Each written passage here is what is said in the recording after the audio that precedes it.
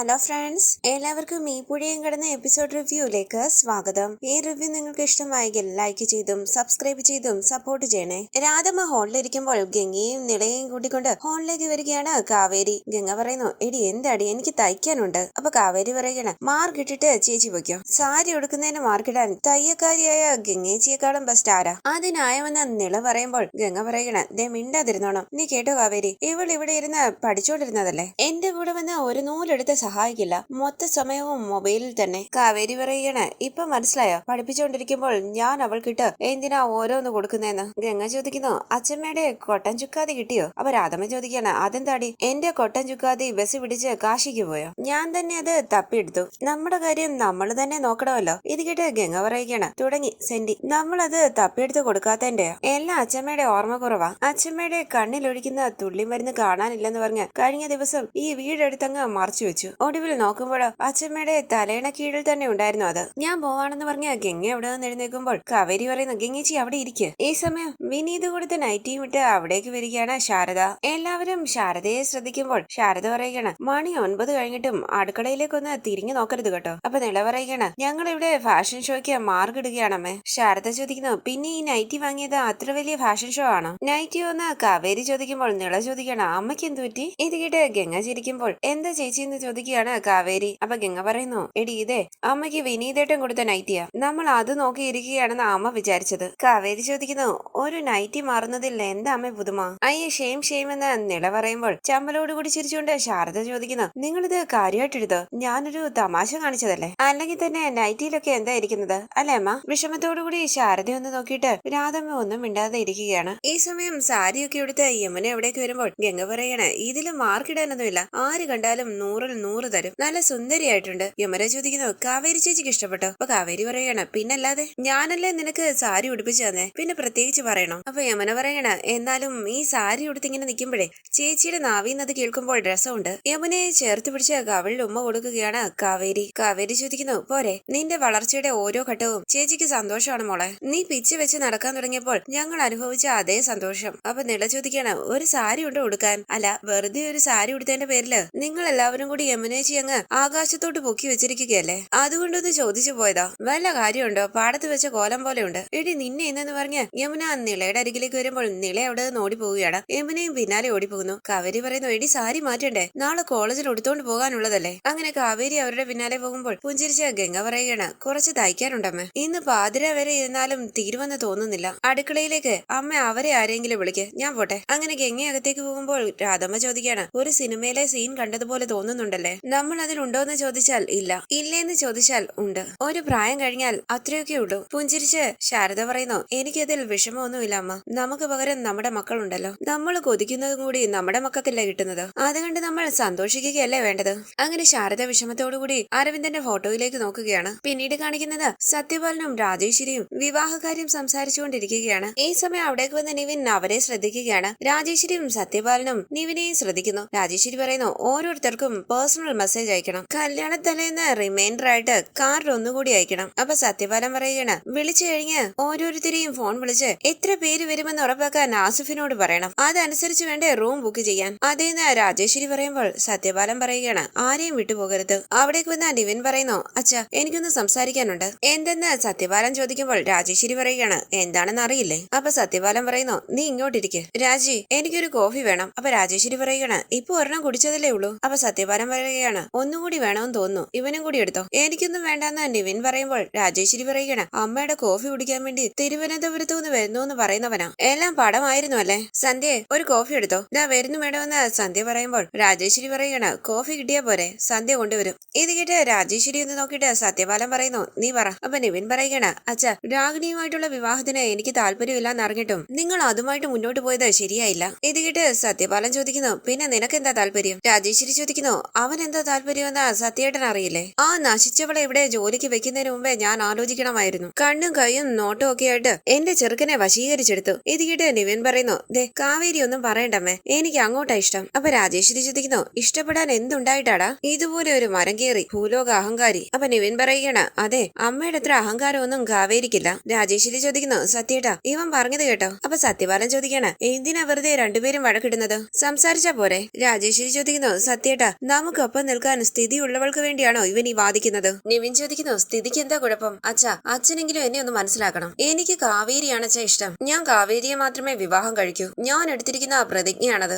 അത് മാറ്റുക എന്ന് പറഞ്ഞാൽ ഞാൻ എന്റെ മനസാക്ഷിയോട് ചെയ്യുന്ന ചതിയായിരിക്കും. ഇത് കേട്ട് സത്യപാല പറയുകയാണ്, നീ രാഗിണിയെ വിവാഹം കഴിച്ചില്ലെങ്കിൽ ഞങ്ങള് ചതിയാ ചെയ്യുന്നത്. അവൾക്കും അവളുടെ അച്ഛനമ്മമാർക്കും ഞങ്ങൾ കൊടുത്തിരിക്കുന്ന വാക്കാണത്. ഇത് കേട്ട് നിവിൻ പറയുന്നു, എന്റെ പൊന്നച്ഛ, രാഗിണിയെ ഞാൻ അങ്ങനെ കണ്ടിട്ടില്ല. അപ്പൊ രാജേശ്വരി ചോദിക്കാണ്, എന്ത് വർത്തമാനമാടാ നീ പറയുന്നത്? കുഞ്ഞുനാളിലെ പറഞ്ഞുറപ്പിച്ചതാ നിങ്ങൾ തമ്മിലുള്ള വിവാഹം, എന്നിട്ട് നീ ഇത് ഇപ്പോഴാണോ പറയുന്നത്? ഇത് കേട്ട് സത്യപാലൻ പറയുന്നു, രാജി, ഞാൻ സംസാരിച്ചോളാം. എടാ, നീ കാവേരിയെ മാത്രമേ വിവാഹം കഴിക്കൂ എന്ന് പ്രതിജ്ഞ ചെയ്തിട്ടുണ്ടെന്ന് പറയുന്നു. സമ്മതിച്ചു. കാവേരിയെ നീ കണ്ടിട്ട് ഇഷ്ടം തോന്നിയിട്ട് എത്ര കാലമായി? 1 മാസം, 2 മാസം, എന്നാ പോട്ടെ 5 മാസം. പക്ഷേ തനിക്ക് ഓർമ്മ ഉറയ്ക്കാത്ത പ്രായത്തില് നമ്മളെടുത്ത തീരുമാനത്തില് ഉറച്ചു നിൽക്കുകയാണ് രാഗിണി. നിന്നെ അല്ലാതെ വേറെ ആരെയും വിവാഹം കഴിക്കില്ലെന്ന് അവള് പറഞ്ഞു കഴിഞ്ഞു. അതവളുടെ പ്രതിജ്ഞയാണെന്ന് വെച്ചോ. നീ കാവേരിയെ വിവാഹം കഴിച്ച് നിന്റെ പ്രതിജ്ഞ നിറവേറ്റുമ്പോൾ രാഗിണിയുടെ കാര്യം നീ ആലോചിച്ചിട്ടുണ്ടോ? നിനക്ക് മറുപടി ഉണ്ടാകില്ലെന്നറിയാം. നീ പറയുന്നിടത്ത് ന്യായം ഉണ്ടായിരുന്നെങ്കിൽ അച്ഛൻ നിന്റെ കൂടെ നിന്നേനെ. ഈ കാവേരിയുടെ കുടുംബസ്ഥിതിയൊന്നും പരിഗണിക്കാതെ തന്നെ ബാംഗ്ലൂരിൽ രാഗിണി ഒറ്റയ്ക്കായിരുന്നു താമസം. അവക്ക് ടൈം പാസിന് വേണ്ടിയെങ്കിലും ഒരു ബോയ് ഫ്രണ്ട് ആകാമായിരുന്നില്ലേ? ആ കാര്യം ജയബാലൻ ചോദിച്ചപ്പോൾ ഞങ്ങളുടെ തൊലിയ ഉരിഞ്ഞുപോയത്. ജയബാലൻ അയാളുടെ മകളെ അങ്ങനെയല്ല വളർത്തിയിരിക്കുന്നെന്ന് പറഞ്ഞപ്പോൾ ഞങ്ങൾ നിന്നെ വളർത്തിയിരിക്കുന്നത് ശരിയല്ല എന്നൊരു ധ്വനിയുണ്ട് അതില്. അപ്പൊ രാജേശ്വരി പറയുകയാണ്, എന്നെയല്ലേ കുറ്റം പറയൂ സത്യേട്ടാ. വളർത്താനെ വിശ്വസിച്ചേൽപ്പിച്ചിട്ട് ഛത്തീസ്ഗഡിൽ ഉലുവ ബിസിനസിന് പോയതല്ലേ സത്യേട്ടൻ? ഇത് കേട്ട് നിവിൻ ചോദിക്കുന്നു, ദേ, ഇങ്ങനെ ഒരു ഇമോഷണൽ ഡ്രാമയുടെ ഒക്കെ ആവശ്യമുണ്ടോ അമ്മേ? അല്ല, ഞാനിപ്പോ എന്ത് ചെയ്യണമെന്നാ നിങ്ങൾ പറയുന്നത്? രാജേശ്വരി ചോദിക്കുന്നു, ഇമോഷണൽ ഡ്രാമയോ? നീ കാവേരിയോട് പോയി പറയടാ, നിന്നെ ഇനിയും കാത്തിരിക്കണ്ട, നീ രാഗിണിയെ കല്യാണം കഴിക്കാൻ പോവുകയാണെന്ന്. അപ്പൊ നിവിൻ പറയുന്നു, ദേ, അതൊന്നും നടക്കില്ലമ്മേ. അപ്പൊ സത്യപാലൻ പറയണ, നിവിനെ മതി, നിർത്ത്. ഞങ്ങൾ പറയുന്നത് നീ അങ്ങ് അനുസരിച്ചാ മതി. അപ്പൊ നിവിൻ പറയുന്നു, ഓ, അങ്ങനെയൊക്കെ അനുസരിപ്പിക്കാനേ ഞാൻ കെട്ടിയിട്ട് വളർത്തുന്ന നായൊന്നും അല്ല ചാ. ദേ, നിർബന്ധിച്ച് എന്റെ കല്യാണം നടത്താനാണ് നിങ്ങളുടെ പ്ലാനെങ്കിൽ ഞാൻ ഈ നാട് വിട്ടങ്ങ് പോകും. പിന്നെ നിങ്ങൾ ഈ കല്യാണം നടത്തുന്നത് ഒന്ന് കാണണമല്ലോ. അച്ഛാ, എനിക്കൊരു മനസ്സുണ്ട്, ഒരു ഹൃദയമുണ്ട്. അത് നിങ്ങൾ രണ്ടുപേരും ഒന്ന് മനസ്സിലാക്കണം. അപ്പൊ രാജേശ്വരി പറയുന്നു, നാട് വിട്ടു പോവുകയാണെങ്കിലേ നീ തിരിച്ചു വരുമ്പോൾ നിനക്കിവിടെ അച്ഛനും അമ്മയും ഉണ്ടാകില്ല. പകരം 2 ചിതയ്ക്ക് കൊള്ളി വെച്ചാൽ മാത്രം മതി നീ. അപ്പൊ സത്യപാലൻ പറയുന്നു, ആഗ്രഹങ്ങളൊക്കെ സാധിച്ചു തന്ന നിന്നെ വളർത്തിയന് നീ ഞങ്ങൾക്ക് തരുന്ന ശിക്ഷ അപമാനവും നാണക്കേടുവാണെങ്കിൽ ഞങ്ങൾ അത് തന്നെ ചെയ്യും. ഈ പ്രായം എത്തുമ്പോൾ ഞങ്ങൾക്ക് മനസ്സും ഹൃദയവും മാത്രമല്ലടാ നോക്കേണ്ടത്, അന്തസ്സും അഭിമാനവും കൂടിയാ. നീ അത് മനസ്സിലാക്കിക്കോ. അങ്ങനെ സത്യപാലൻ അവിടെ നിന്ന് പോകുമ്പോൾ രാജേശ്വരി പറയുകയാണ്, നിന്നെ പ്രസവിച്ചത് തന്നെ എന്റെ തെറ്റാടാ. ഇത് കേട്ട് സത്യപാലൻ ഉറക്കെ രാജീന്ന് വിളിക്കുമ്പോൾ രാജേശ്വരി അവിടെ നിന്ന് പോകുന്നു. നിവിൻ കണ്ണു നിറങ്ങിയ വിഷമത്തോടുകൂടി ആലോചിച്ചിരിക്കുകയാണ്. പിന്നീട് കാണിക്കുന്നത് കാവേരി നല്ല ഉറക്കത്തിൽ കിടക്കുമ്പോൾ കോളേജിലേക്ക് പോകാനായി സാരിയൊക്കെ എടുത്ത് അവിടേക്ക് വന്ന യമുന കാവേരിയെ തട്ടി വിളിച്ചുകൊണ്ട് ചോദിക്കുന്നു, കാവേരി ചേച്ചി, ഇത് എന്തുറക്കമായത്? ചേച്ചി ഒന്ന് എഴുന്നേറ്റ്, എനിക്ക് കോളേജിൽ പോകാൻ സമയമായി. അപ്പൊ കാവേരി പറയണം, ഒന്ന് പോയെ, എനിക്ക് കുറച്ചു നേരം കിടന്നുറങ്ങണം. യമുന ചേച്ചിന്ന് വിളിച്ച് കാവേരിയുടെ കയ്യിൽ പിടിച്ച് എഴുന്നേൽപ്പിക്കുകയാണ്. കാവേരി ചോദിക്കുന്നു, എന്താടി, സമയം എത്രയായി? അപ്പൊ യമുന പറയുകയാണ്, 8 മണി കഴിഞ്ഞു. കാവേരി ചോദിക്കാണ്, 8 മണി കഴിഞ്ഞോ? ഇത്രയും നേരം ഞാൻ കിടന്നുറങ്ങിയോ? അപ്പൊ യമുന ചോദിക്കുന്നു, പിന്നെ ഞാനാണോ ഉറങ്ങിയേ? നീ എന്താ ഇന്ന് നേരത്തെ? കാവേരി ചോദിക്കുമ്പോൾ യമുന പറയുകയാണ്, ഇന്ന് കോളേജ് ഡേ ആണെന്ന് ഞാൻ നേരത്തെ പറഞ്ഞതല്ലേ, നേരത്തെ ഒരുങ്ങി പോകണമെന്നും പറഞ്ഞതാ. ചേച്ചി വന്നേ, എന്നെ കൊണ്ടുപോയി ബസ് സ്റ്റോപ്പിൽ വിട്. ആ, വിടാമെന്ന് കാവേരി പറയുമ്പോൾ യമുന പറയുകയാണ്, അവിടെ ഞാൻ ബാഗ് പാക്ക് ചെയ്ത് റെഡി ആയിട്ട് വരാം, ചേച്ചി ഒന്ന് റെഡി ആയിട്ടിരിക്കണേ. അങ്ങനെ യമുന അവിടെ നിന്ന് പോകുമ്പോൾ കാവേരി പറയണ, ഞാൻ എന്താ ഇത്രയും സമയം ഉറങ്ങിപ്പോയത്? അലാറം അടിച്ചില്ലല്ലോ. അങ്ങനെ ഫോൺ എടുത്തു നോക്കി കാവേരി പറയണ, ഫോൺ ഓഫ് ആണോ? അങ്ങനെ ഫോൺ ഓൺ ചെയ്ത് കാവേരി പറയണ, നിവിന്റെ മെസ്സേജോ? എന്താ കാവേരി കോള് കട്ട് ചെയ്തത്? എനിക്കൊരു കാര്യം പറയാനുണ്ട്. ഞാനെപ്പോഴാ നിവിന്റെ കോള് കട്ട് ചെയ്തേ? അയ്യോ, നിവിന്റെ 2 കോള് ഇന്നലെ രാത്രി വന്നിട്ടുണ്ടല്ലോ. രണ്ടും കട്ട് ചെയ്ത് കളഞ്ഞിരിക്കുകയാണല്ലോ. ഞാൻ അറിയാതെ ആരാ എന്റെ മൊബൈൽ എടുത്ത് കട്ട് ചെയ്തേ? ആ സമയത്ത് ഞാൻ എന്ത് ചെയ്യുകയായിരുന്നു? പെട്ടെന്ന് കാവേരി ഓർക്കുകയാണ്, യമുന ചേച്ചി ഫോൺ എന്ന് പറഞ്ഞത്. അപ്പൊ കാവേരി പറഞ്ഞു, അതവിടെ ഇരിക്കട്ടെ, ഞാൻ നോക്കാറുമില്ല, ഇനി ആരും വിളിക്കാനുമില്ല. തുടർന്ന് കാവേരി മനസ്സിൽ പറയുകയാണ്, അപ്പൊ ശരിക്കും സംഭവിച്ചത് അപ്പൊ നീയാണല്ലേ മോളെ കോള് കട്ട് ചെയ്തതും ഫോൺ ഓഫ് ആക്കിയതും? എന്തിനാ മോളെ അത് ചെയ്തത്? നിവിൻ എന്തിനായിരിക്കും വിളിച്ചത്? എന്തേലും അത്യാവശ്യ കാര്യത്തിനായിരിക്കോ? അങ്ങനെ കാവേരി നിവിന്റെ ഫോണിലേക്ക് വിളിക്കുകയാണ്. കാവേരിയുടെ കോള് കണ്ട് നിവിൻ മനസ്സിൽ പറയുന്നു, കാവേരിയോട് ഇപ്പം ഞാൻ എന്താ പറയുക?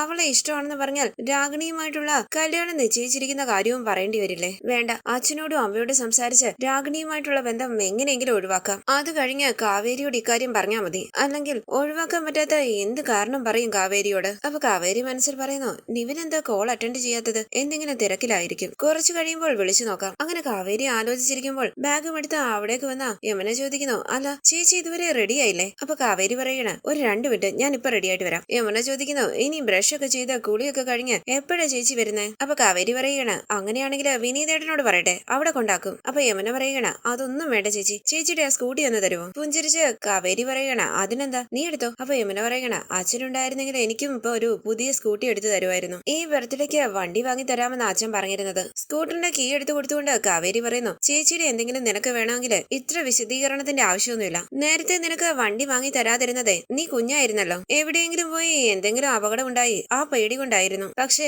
നീ ഇപ്പൊ മുതിർന്നു, അത് കണക്ക് കൂട്ടിയാകണം ഈ ബർത്ത്ഡേക്ക് വണ്ടി വാങ്ങി തരാമെന്ന് അച്ഛനും പറഞ്ഞത്. പുതിയത് തന്നെയാ നീ യൂസ് ചെയ്യേണ്ടത്, അച്ഛന്റെ വാക്കല്ലേ. ചേച്ചി അത് നിറവേറ്റി തരും. സന്തോഷത്തോടു കൂടി യമുന പറയുന്നു, താങ്ക്സ് ചേച്ചി, എന്നാ ഞാൻ ഇറങ്ങട്ടെ, അല്ലെങ്കിൽ ഞാൻ ലേറ്റ് ആകും. കാവേരി പറയുന്നു, മോളെ സാരിയിൽ സുന്ദരിയാണ് കേട്ടോ. ഇത് കേട്ട് സന്തോഷത്തോടു കൂടി ബൈ താങ്ക്സ് എന്ന് പറഞ്ഞ് യമുന അവിടെ നിന്ന് പോവുകയാണ്. തുടർന്ന് നില കഴിക്കുന്നു പറഞ്ഞ് ഭക്ഷണവും എടുത്ത് നിളയുടെ പിന്നാലെ ഓടി വരികയാണ് ശാരദ. പത്രം വായിച്ചുകൊണ്ടിരിക്കുന്ന രാധമ്മ പറയുന്നു, അമ്മയും മോളും കൂടെ രാവിലെ തുടങ്ങി, ആ പ്ലേറ്റിങ് താടി ഞാൻ കൊടുക്കാം. അപ്പൊ ശാരദ പറയുകയാണ്, വേണ്ട അമ്മ, ഇത് അസുഖം വേറെയാ, ഞാൻ തന്നെ കൊടുത്തോളാം. എടി ഇത്തിരി സ്നേഹമായിട്ടൊക്കെ കുടിക്കടിയെന്ന് രാധമ്മ പറയുമ്പോൾ ശാരദ പറയുകയാണ്, ഓ സ്നേഹമായി. കഥ പറഞ്ഞ് കാക്കയും പൂച്ചയും വട്ടിയൊക്കെ കാണിച്ച് ഭക്ഷണം കൊടുക്കേണ്ട സമയം കഴിഞ്ഞമ്മ. പെണ്ണിനെ കെട്ടിച്ചു വിടാറായി ഇപ്പോൾ. ഫുഡ് കഴിക്കു വെച്ചേ. അപ്പൊ നിള പറയുകയാണ്, എനിക്ക് വേണ്ടെന്നല്ലേ പറഞ്ഞത്, കഴിക്കടി അങ്ങോട്ടെന്ന് പറഞ്ഞ് ശാരദ ദേഷ്യപ്പെടുമ്പോൾ രാധമ്മ പറയുകയാണ്, ഇവളെ കൊണ്ട് തോറ്റല്ലോ. അവിടേക്ക് വന്ന് കാവേരി ചോദിക്കുന്നു, എന്താ അമ്മേ, എന്തിനാ നിളമോള് കരയുന്നത്? അപ്പൊ ശാരദ പറയുകയാണ്, സപ്പോർട്ടിന് എത്ര പേരാണെന്ന് നോക്കിയേ. നിന്റെ അനിയത്തിക്ക് സ്കൂളിൽ കരോട്ടെ ക്ലാസ്സിന് ചേരണമെന്ന്, അതിനുള്ള കാശ് കൊടുത്താലേ തൊണ്ടേന്ന് ഭക്ഷണം താഴോട്ട് ഇറങ്ങുന്നു. അപ്പൊ നിള പറയുകയാണ്, ക്ലാസ്സിന് ചേരാനുള്ള ലാസ്റ്റ് ഡേറ്റ് ആണ് ചേച്ചി, അമ്മയോട് ചോദിച്ചിട്ട് കാശ് തരുന്നില്ല. അപ്പൊ ശാരദ പറയണ, ഓ കാശ് തരുന്നില്ല, ലാസ്റ്റ് ഡേറ്റ് ആണെങ്കിൽ നീ ചേരണ്ട. നിന്നോട് ആരെങ്കിലും പറഞ്ഞോ വല്ലവരുടെയും മൂക്കിടിച്ചു വരുത്തുന്ന പരിപാടിക്ക് ചേരാൻ പറഞ്ഞോന്ന്? കാവേരി ചോദിക്കുന്നു, അതെന്താ അമ്മ അങ്ങനെ പറയുന്നത്? അവൾക്ക് ഇഷ്ടമാണെങ്കിൽ ചേരട്ടെ. ശാരദ ചോദിക്കാണ്, എടി ചുള്ളിക്കമ്പ് പോലെ ഇരിക്കുന്ന ഇവളെ കൊണ്ട് അതൊക്കെ താങ്ങുമോ? അല്ലെങ്കിൽ തന്നെ ഇതൊക്കെ പെണ്ണുങ്ങൾക്ക് പറഞ്ഞിട്ടുള്ള പരിപാടിയാണോ? അപ്പൊ നിള പറയണ, പെണ്ണായതുകൊണ്ടാണ് ഞാൻ ഈ കരാട്ടെ ക്ലാസ്സിന് ചേരണമെന്ന് പറഞ്ഞത്. യമുന ചേച്ചി അവര് പിടിച്ചോണ്ട് പോയപ്പോൾ യമുന ചേച്ചിക്ക് ഇതെന്തെങ്കിലും അറിയാമായിരുന്നെങ്കിൽ അവന്മാർക്ക് രണ്ടെണ്ണം കൊടുത്തിട്ട് ആരുടെയും സഹായമില്ലാതെ രക്ഷപ്പെടാൻ പറ്റില്ലായിരുന്നു. നാട്ടുകാരും പോലീസുകാരും യമുന ചേച്ചിയെ കളിയാക്കില്ലായിരുന്നു. യമുന ചേച്ചിക്ക് നമുക്കും സങ്കടപ്പെടേണ്ടി വരില്ലായിരുന്നു. എന്റെ അച്ഛനുണ്ടായിരുന്നെങ്കിൽ എന്നെ ക്ലാസ്സിന് ചേരാൻ സമ്മതിച്ചേനെ, കാശും തന്നേനെ. നിളയുടെ കണ്ണീര് തുടച്ച് കാവേരി പറയുന്നു, പോട്ടെ മോളെ, മോള് ക്ലാസ്സിന് ചേർന്നു, ചേച്ചി കാശ് തരാം. ഇത് കിട്ടി സന്തോഷത്തോടു കൂടി കാവേരിയെ കെട്ടിപ്പിടിക്കുകയാണ് നിള. മോള് വന്നേ പറയട്ടെ, ഇവിടുന്ന് നമുക്ക് എസ്കേപ്പ് ആകാന്ന് പറഞ്ഞ നിളയും കൂടി അവിടെ നിന്ന് പോവുകയാണ് കാവേരി. അപ്പൊ ശാരദ പറയണ, എടി ഈ ഭക്ഷണവും കൂടി കൊടുക്ക്, അവളെ സ്കൂളിൽ വിടണ്ടേ? അപ്പൊ രാധമ്മ പറയണ, ആ ഇടിയപ്പം രണ്ടെണ്ണം എടുത്ത് നിന്റെ അണ്ണാക്കിലേക്ക് തിരികെ കയറ്റ്, കുറച്ചു നേരമെങ്കിലും ചെവിക്ക് സ്വൈര്യം കിട്ടുമല്ലോ. മനുഷ്യനായാൽ വിവരദോഷത്തിന് ഒരു പരിധി വേണം. ചെവിതല കേൾക്കണ്ട, ഞാനാണല്ലോ ചെവിതല കേൾപ്പിക്കാത്തെന്ന് പറഞ്ഞ് ശാരദ അകത്തേക്ക് പോവുകയാണ്. തുടർന്ന് യമുന സ്കൂട്ടറിൽ വരുമ്പോൾ ഫ്രണ്ട്സിന്റെ ഒപ്പം റോഡ് സൈഡിൽ നിൽക്കുകയാണ് വിശാൽ. എടാ ഇവിടെ സേഫ് അല്ലേന്ന് ഒരാൾ ചോദിക്കുമ്പോൾ വിശാൽ പറയുകയാണ്, പിന്നല്ലേ, ഇവിടെ നിന്നാലേ ഒരു തൂഫാനും നമ്മളെ പൊക്കില്ല. കോളേജ് പിന്നിലെ സ്വപ്നവനമില്ലേ, അതുപോലെ ഇപ്പം സേഫ് അല്ല. പെട്ടെന്ന് വിശാല് കാണുകയാണ് ആ വഴി സ്കൂട്ടറിൽ വരുന്ന യമുനെ. അങ്ങനെ ഇന്നത്തെ എപ്പിസോഡ് അവസാനിച്ചു. ഇനി അടുത്ത എപ്പിസോഡ് പ്രൊമോ റിവ്യൂ. യമുന സ്കൂട്ടറിൽ കോളേജിലേക്ക് പോകുമ്പോൾ പിന്നാലെ ബൈക്കിൽ വരികയാണ് വിശാലും മിലനും ഹർഷനും. യമുനയുടെ അരികിലേക്ക് വന്ന അവർ സ്കൂട്ടറിൽ പോകുന്ന യമുനയെ ശല്യം ചെയ്യുകയാണ്. പെട്ടെന്ന് അവരുടെ മുന്നിലേക്ക് ബൈക്ക് കൊണ്ട് നിർത്തുകയാണ് നിവിൻ. നിവിനെ കണ്ട് സന്തോഷത്തോടു കൂടി ഇരിക്കുകയാണ് യമുന. വിശാലും ഫ്രണ്ട്സും ടെൻഷനോടുകൂടി നിൽക്കുകയും മിലനും ഹർഷനും ബൈക്കിൽ അവിടെ നിന്ന് പോവുകയുമാണ്. ദേഷ്യത്തോടു കൂടി അരികിലേക്ക് വന്ന നിവിൻ യമുനയുടെ സ്കൂട്ടറിലേക്ക് കൈവച്ച് വിശാലിന്റെ ഷട്ടിൽ കുത്തിപ്പിടിച്ചുകൊണ്ട് പറയുന്നു, എടാ ഇനി ഈ കുട്ടിയുടെ പിന്നാലെ നിന്റെ നിഴലെങ്കിലും കണ്ടാൽ അറിയാലോ നിനക്ക്, നിന്റെ ബൈക്കിൽ കയറാനുള്ള ആരോഗ്യം കൂടി ബാക്കി വെക്കില്ല ഞാൻ. ഇത് കേട്ട് യമുന വളരെ സന്തോഷത്തോടു കൂടി ഇരിക്കുമ്പോൾ വിശാലിന് താക്കീത് കൊടുത്ത് അവിടെ നിന്ന് പറഞ്ഞു വിടുകയാണ് നിവിൻ. യമുനയുമായി സംസാരിച്ച് അവിടെ നിന്ന് പോകാനായി തുടങ്ങുന്ന നിവിൻ കാണുകയാണ് ഹർഷനും മിലനും ബൈക്കിൽ കുറച്ച് അപ്പുറത്തായി നിൽക്കുന്നതായി. യമുനയെ തനിച്ചു വിടുന്നത് സേഫ് അല്ല എന്ന് പറഞ്ഞ് യമുനയുടെ സ്കൂട്ടർ സൈഡിലേക്ക് ഒതുക്കി നിർത്തി താൻ കോളേജിൽ കൊണ്ടുവിടാന്ന് പറഞ്ഞ് നിവിൻ യമുനയോട് തന്റെ ബൈക്കിന്റെ പിന്നിൽ കയറാനായി പറയുകയാണ്. യമുന വളരെ സന്തോഷത്തോടു കൂടി നിവിന്റെ ബൈക്കിന്റെ പിന്നിലേക്ക് കയറുന്നു. തുടർന്ന് നിവിൻ ബൈക്ക് ഓടിക്കുമ്പോൾ നിവിന്റെ തോളിലേക്ക് ചാഞ്ഞിരിക്കുകയാണ് യമുന. കോളേജിലെത്തുമ്പോൾ യമുനയെ തട്ടി വിളിക്കുകയാണ് നിവിൻ. ഒന്ന് പതറി യമുന ബൈക്കിൽ നിന്ന് ഇറങ്ങുമ്പോൾ നിവിൻ സ്നേഹത്തോടുകൂടി യമുനയോട് സംസാരിക്കുകയാണ്. ഇന്ന് കോളേജ് ഡേ ആണ്, ഈ സാരി തനിക്ക് എങ്ങനെയുണ്ടെന്നൊക്കെ ചോദിച്ച് യമുന സംസാരിക്കുമ്പോൾ പുഞ്ചിരിച്ച് നിവിൻ പറയുന്നു, ഇയാള് മൊത്തത്തിൽ അങ്ങ് സ്കോർ ചെയ്യുകയാണല്ലോ. നിവിന്റെ വാക്കുകൾ കേട്ട് സന്തോഷത്തോടുകൂടി കോളേജിലേക്ക് പോവുകയാണ് യമുന. ഈ സീരിയലിന്റെ കൂടുതൽ വീഡിയോസിനായി ചാനൽ സബ്സ്ക്രൈബ് ചെയ്ത് സപ്പോർട്ട് ചെയ്യണേ. താങ്ക്